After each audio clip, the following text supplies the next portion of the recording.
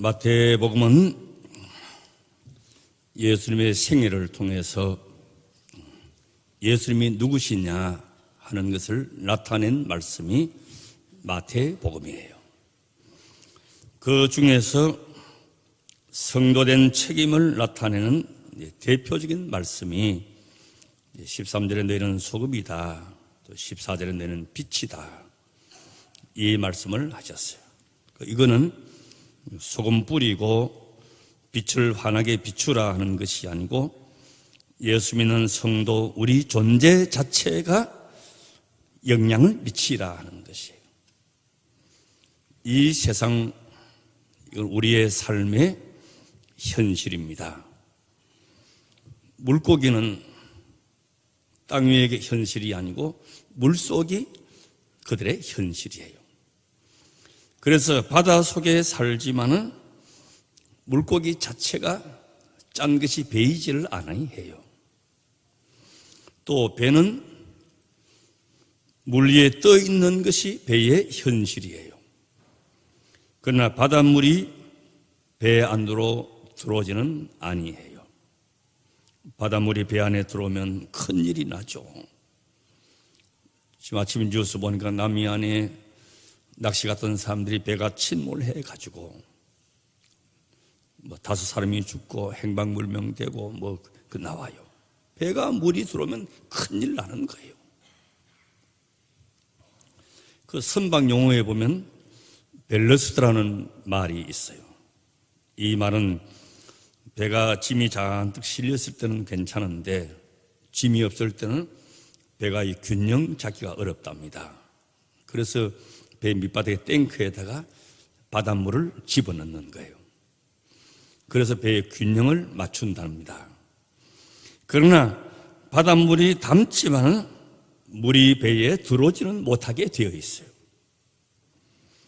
또 하나는 내 자신이 소금의 역할을 하고 빛의 역할을 했느냐 하는 것보다도 내 자신이 소금되고 빛이 되었느냐 하는 것이에요.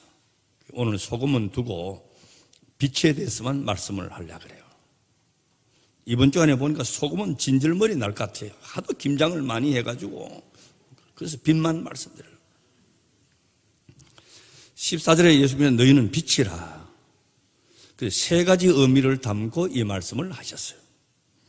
하나는 세상 본질의 내면이 캄캄하고 절망적이기 때문에 빛이 필요하다 하는 거예요. 여러분, 지금 세상이 얼마나 밝아졌어요. 그러나 사람의 마음은 어두워지고 인심도 어두워지고 사랑도 어두워졌어요. 두 번째 의미는 성도는 어디에 사느냐 위치에 관한 것이에요. 썩어진 세상에 소금이 필요하듯이 캄캄한 어둠이 있는 세상 속에 너희들이 있다 하는 것이. 우리 성경을 몇 군데 찾아보면 에베소 5장 8절 말씀에 보면 너희가 전에는 어둠이더니 이제는 주 안에서 빛이라. 그리고 빛의 자녀들처럼 행하라 그랬어요. 로마서 13장 12절에 밤이 깊고 낮이 가까웠으니 그러므로 우리가 어둠의 일을 벗고 빛의 갑옷을 입자 그랬어요. 성 어거스틴이 아주 폐륜하였는데 이 말씀 때문에 사람이 거듭나가지고 성자가 되었답니다. 세 번째 의미는 적극적으로 어두움을 드러내라 하는 의미예요. 어두움 속에 있을 때는 모양도 모르고 색깔도 알 수가 없어요. 그러나 빛이 비추는 순간에 어둠은 물러가고 모든 것이 다 드러나게 되어 있어요. 요한복음 8장 12절에 보면 예수께서 또 일러 가라사대 나는 세상의 빛이니 나를 따르는 자는 어두움에 다니지 아니하고 생명의 빛을 얻으리라. 생명의 빛을 얻으리라.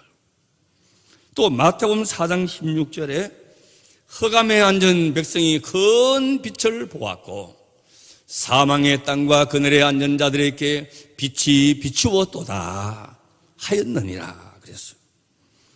예수님께서 나를 믿는 자는 더 이상 어두움에 다니지 않고 빛의 자녀답게 산다 말씀하셨어요. 오늘 본문 말씀처럼 너희는 빛이다 하는 것이에요. 그런데 빛은 이제 몇 가지가 있는데, 첫째는 이제 자연빛이 있죠. 자연빛의 뿌리는 태양입니다. 태양이 지구상의 모든 식물과 동물과 자연에 에너지를 공급해요. 여러분, 화분도 겨울에는 햇빛이 드는 창가에 놔놔야 건강해요. 왜? 햇빛이 에너지예요. 앞으로 화석의 에너지가 고갈되고 원자력도 문제가 많으니까 태양 에너지를 이용하는 것이 큰 과제로 남아있답니다. 두 번째는 인공의 빛이죠. 촛불, 전기불, 사람이 만든 빛이에요. 그런데 이 빛은 산소를 태워야 되고 공해를 유발시키는 약점이 있어요. 화력발전소, 전기가 그냥 생기는 게 아니잖아요. 전기 만들려면 석탄을 떼야 되니까, 석탄을 떼니 공해가 발생되고 미세먼지가 많이 나와요. 그런 또 어려움이 있어요. 셋째는 영적인 빛입니다. 내적인 빛입니다. 정신적인 거, 양심적인 거, 신앙적인 거. 하나님의 말씀이 어두운 우리의 심령을 비출 수가 있어요. 하나님의 말씀이 마음의 어두움을 밝히는 거예요. 무지한 것은 어두운 것이에요. 저는 유럽 갔을 때에 크로아티아를 갔는데, 내가 언제 크로아티아 말을 해봤어요? 크로아티아 글을 읽어봤어요? 모르면 나는 까막눈이야. 갔어. 깜깜한 거예요. 물론 가이드가 있지만은 그래요. 영적으로 어두우면 귀신에 매여 살아요. 그래가지고는 장단지 하나도 마음대로 못 옮기고, 이사하고 결혼해도 택일 해야 되고 사주 봐야 되고, 벽에 못 하나 박는 것도 못 박아요. 아마 이 중에도 옛날에 그렇게 살았던 분들이 있을 거예요. 어둡습니다. 분간하지 못하고 길을 찾지 못하는. 그래서 예수님께서 빛을 더 상세하게 설명하기 위해서 이제 두 가지를 말씀하셨는데, 14절에서 산 위에 있는 동네라 그랬고, 15절에서는 등경 위에 등불이라 말씀하셨어요. 자, 이것은 빛의 두 가지 성격을 대변하는데, 사람의 눈길을 끄는 것이고 빛이 비침으로 다른 사물을 보게 만드는 효과를 말하고 있어요. 그러니까 세상의 빛이라고 하는 것은 모든 사람의 눈에 드러나는 그리스도의 성격을 의미하는 것이죠. 이것을 쉽게 알게 하시려고 산 위에 있는 동네다, 등경 위에 등불이다, 이렇게 말씀하셨어요. 쉽게 눈에 띄니까. 산 위에 있는 동네, 이 동네라고 하는 헬라 말에는 폴리스라는 말을 썼어요. 아크로폴리스, 무슨 폴리스라는 말을 쓰잖아요. 성이다, 도시다 하는 그런 말이에요. 그리고 고대 시대에 보면 다 성이 들판에 있는 게 아니에요. 다 산 꼭대기에다 성을 쌓았어. 절벽 위에다가 성을 쌓았어. 왜? 적군이 쉽게 접근하지 못하고 침입하지 못하기 위해서. 침입한다 하더라도 높은 데 있으니까 적을 방어하기가 쉬워요. 그 성은 다 높은 데에 쌓았어요. 그 유럽의 성들을 보십시오. 우리나라도 뭐 남한산성이나 북한산 다 산에다가 쌓아놨어요. 또 옛날에는 새로운 도시나 성을 형성할 때 옛날에 있던 그 성을 허물어버리고 그 위에다가 또 쌓았어요. 또 새로운 권력자와 새로운 집권자가 오면 그걸 또 허물어버리고 그 위에다가 지었어요. 이게 언덕이 자꾸 높아질 거 아니에요. 그래서 고대 도시의 발굴 현장을 보면 그게 떡시루처럼 되어 있답니다. 이렇게 높아진 지대를 히브리 말로는 텔이라고 하는 말을 써요. 텔 아비브, 텔에서 나온 말이에요. 그런 높은 곳이, 도시나 성은 일부러 찾지 않아도 멀리서도 눈에 들어와요.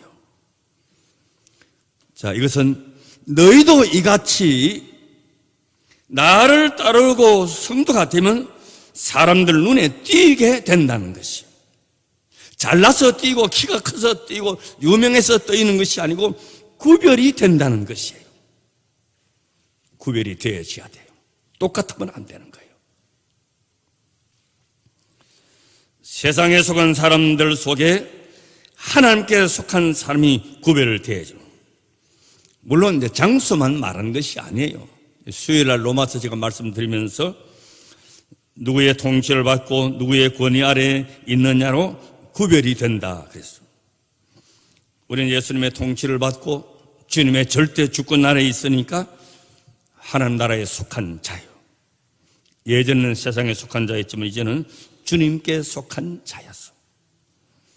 예수님의 통치를 기쁘게 받으면서 살아갑니다.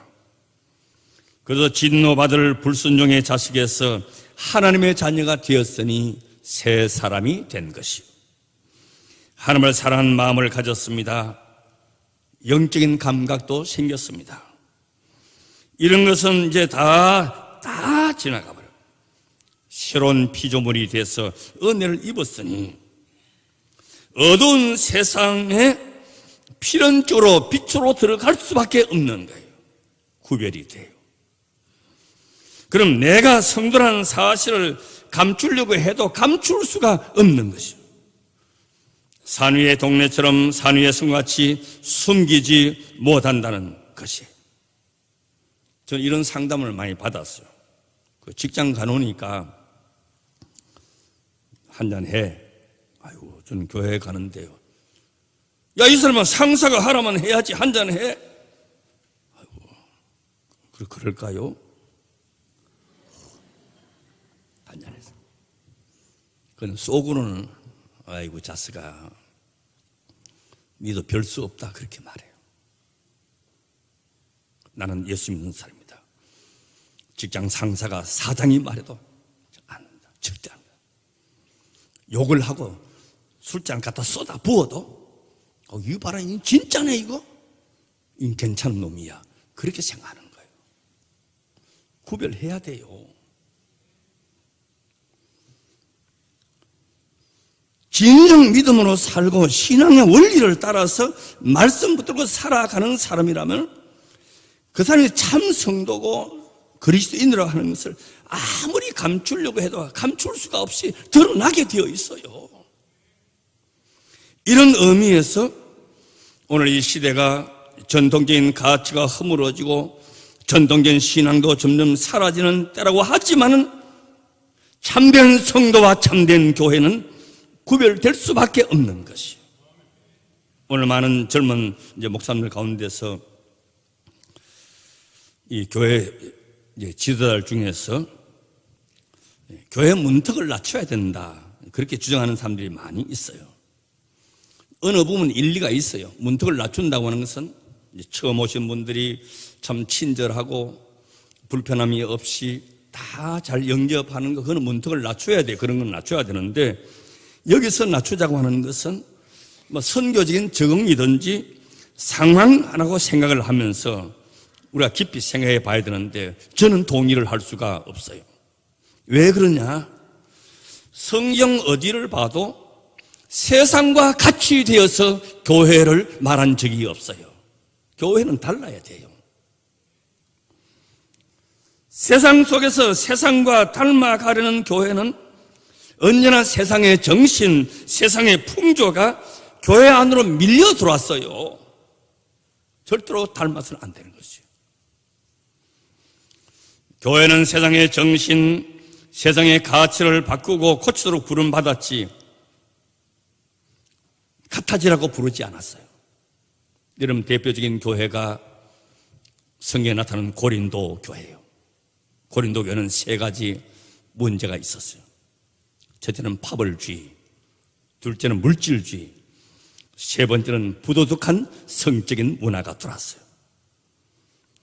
그러니까 이게 들어오니까 교회가 그들을 변화시키는 것이 아니고 교회가 세속화가 되고 말았어요. 현재 교회도 마찬가지. 여러분, 교회 안에는 절대로요 끼리끼리가 있을 수가 없어요.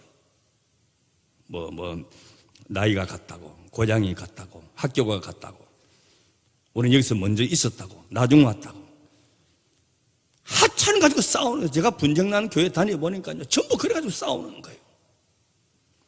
주님이 기뻐하시겠어요? 나중 왔으면 더 높여줘야 되고 먼저 왔으면 더 책임을 많이 가져야 되고 그래야 되는 것이지. 여기 뭐 훈련소도 아닌데 먼저 왔다고 덧세야 하고 있을 수 없는 이야기예요. 이게 가득 찬가 교회가 세속화가 되고 말았어요. 또 하나 맞지 않은 이유는 사람들이 교회에 나올 때는 세상과 같지 않는 것이라는 생각 때문에 나온다는 것이에요. 오히려 세상과 다르고 믿기 때문에 그리스도인의 가치가 세상과는 다르다고 생각하는 것이요. 교회에 다니는 사람이 무엇이 달라도 다를 것이라고 생각하기 때문에 나오는 것이요. 갑자기 똑같다 하면 뭐하러 나오겠어요? 실망하는 이유가 뭐냐? 가보니까 오래 믿은 지나 안 믿은 나나 똑같다 그러면 안 되는 거예요. 본받을 게 있고 닮고 싶은 게 있고 세상에서 찾지 못하는 경건함이 거기에 있구나 생각해야 되는 것이에요. 만약에 찬양자가 성가곡을 부르고 하나님을 찬양하는 노래를 불러야지 교회 문턱 낮춘다고 돌아와요 부산항 부르고 남행열차 부르고 이거 잘 부르는 사람 있기는 내가 알아요. 교회 친근함은 느낄지 모르지만 교회는 죽는 거예요. 죽는 거예요. 딱딱해도 성호를 찬양하고 성가대 찬양을 여호와 하나님을 찬양하고 해야지. 우리가 세상을 알아야 되고 공부해야 되는 사실이지만 세상을 닮고 세상과 같이 가기 위해서 그런 것이 아니라는 말이에요. 여러분 세상과 닮아지지 마시기를 바랍니다. 그렇게 살아서는 안 된다고 하는 것을 늘 결심하시기를 바랍니다. 교회가 세속화되어서 세상 사람들과 거부감이 없이 많은 사람이 몰려온다 하더라도 수만 명이 온다 하더라도 불 꺼진 등은 필요가 없어요. 그 안에 예수가 없고 구원이 없고 복음이 없으면요 10,000명이 모여봐야 소용이 없어요. 10사람만 해도 돼요. 소돔 고모라도 10사람 없어서 그렇게 됐거든요. 우리는 세상의 판단이나 비난을 의식하지 아니하고 하나님의 판단을 생각하고 신앙을 따르고 말씀을 따르고 오로지 한 길, 그 길이 우리의 길이 되시기를 바랍니다. 바로 예수 믿는 사람들의 참모습이 저렇구나 인정받아야 돼요. 예수님은 이어서 등경 위에 놓아둔 등불이라 말씀. 이제 세상의 빛을 좀 더 상시하게 말씀하기 위해서 그렇게 했는데 등불을 말 안에 두지 않는다. 이게 말이라고 하는 저는 시골에서 자라서 잘 알아요. 옛날 대박은 네모난 거 한 대박 있잖아요. 말은 둥그란 통이에요. 그 10대박 들어가는 게 한 말짜리예요. 그 둥그란 말 안에다가 그걸 이렇게 불을 넣어놓으면 옆으로 퍼져나가지 못해서 천장에는 동그랗게 비칠지 모르지만 빛이 역할을 못해요. 어떤 젊은 목사님은 이 말을 짐승말인 줄 알고 여러분들 등을 켜서 말 배 아래다 두면 어떻게 되겠습니까? 말이 뜨거워가지고 길길이 뜨고 난리가 날 겁니다. 불을 켜서 말 배 아래 두면 안 됩니다. 그래서 설교를 했는데 그날따라 그렇게 아멘이 많이 나오더라는 거예요. 아멘. 그 예 마치고 난 주일학 선생님이 아이고 목사님 그 말이 아니고 그 말인데요 하니까 그 창피를 당했다는 거예요. 나도 아직 창피를 안 당해서 얼마나 감사한지 몰라요. 그 용기 속에 넣으니 빛이 역할을 못하는 거죠. 그럼 어디 둬야 되느냐? 등경 위에 두라 그래요. 이 등경이라고 하는 말은 원문에는 촛대라 하는 말이에요. 히브리서 9장 2절 요한계시록 1장 12에 보면 나와요. 여러분 그 당시에 이 등불이라고 하는 것이 기름을 담은 그 접시에다가 헝겊을 뚫뚫 말아서 심지를 담가서 거기다 불을 켜는 거예요. 우리나라 옛날에 호롱불처럼 같은 거예요. 그러나 어두울 때는 작지만은 어둠 속에 주변을 밝히는 거예요. 나는 중학교 2학년 때까지 호롱불 밑에서 살았어요. 거기서 책 보고 거기서 이도 잡고 그랬어요. 그런데 아이고 내가 지금 눈이 얼마나 좋은지 몰라요. 내가 이 나이 됐는데도 아직 양쪽 눈이 1.2예요. 1.2. 놀라지도 않았네 지금. 저 맨 뒤에 앉은 분 얼굴에 잡티까지 다 보여요 지금. 네, 다 보여요. 사람들의 시선은 어둠 속에 있지만은 빛으로 모아지게 되어 있어요. 그 사람들도 보지만은 내가 빛을 가지고 있으면 나한테 와서 부딪힐 리가 없어요. 왜? 빛이 있으니까 뭐가 있다. 그럼 모든 높은 빌딩이나 도로에 보면 언제나 그 빛을 달아놓잖아요. 자동차나 항공기가 와서 충돌하지 말라는 거예요. 다른 사람 피해가는 거예요. 빛을 발하는 것은 사람들에게 진리를 알게 하고 성도가 모든 사람들에게 구별되어서 드러나는 존재가 되어야 됩니다. 내가 세상과 다를 것이 없는 존재로 비추고 있다면 말날의 등불과 같은 거예요. 세속적인 사람이란 죄 짓고 감옥에 가는 삶을 말하는 것이 아니에요. 세속적인 성도 예배드리고 신앙고백 잘하지만은 이 세상의 질서를 따라 사는 사람을 세속적인 사람이라는 거예요. 하나님의 질서가 아니고 세상의 질서. 하나님 중심, 말씀 중심, 교회 중심이 아니고 자기 중심으로 사는 것이 세속적인 삶. 믿는데 그렇게 믿는 사람들이 있어요. 자기 생각이 언제나 옳아요. 자기 고집이 언제나 최고예요. 그건 세속적인 사람이에요. 성도된 정체성이 없는 것이에요. 자, 그렇기 때문에 어느 한쪽을 포기하고 온전히 선택해서 서지 않으면 혼란스러운 정신을 가지고 살 수밖에 없어요. 그래서 우리는 교회가 무엇인지 분명한 이해를 가지고 있어요. 태양빛과 같이 찬란하지는 않지만, 서치라이트와 같이 눈부시지는 아니하지만 적은 불빛이라도 어둠 속에서는 빛을 발하는 것이에요. 너희는 세상의 빛이다. 너희는 세상의 빛이다. 이 세상이 워낙 어둡기 때문에 작은 등불로도 충분히, 작은 등불이 모이면 시온성교회는 큰 불이 될 수가 있는 것이. 세상 속에 미담을 만들어내거나 감동을 주기 위한 기관은 아니지만은 등불 그 자체를 보게 해야 되는 것이. 오늘 성탄절을 앞두고 대림절 첫 번째 주일이에요.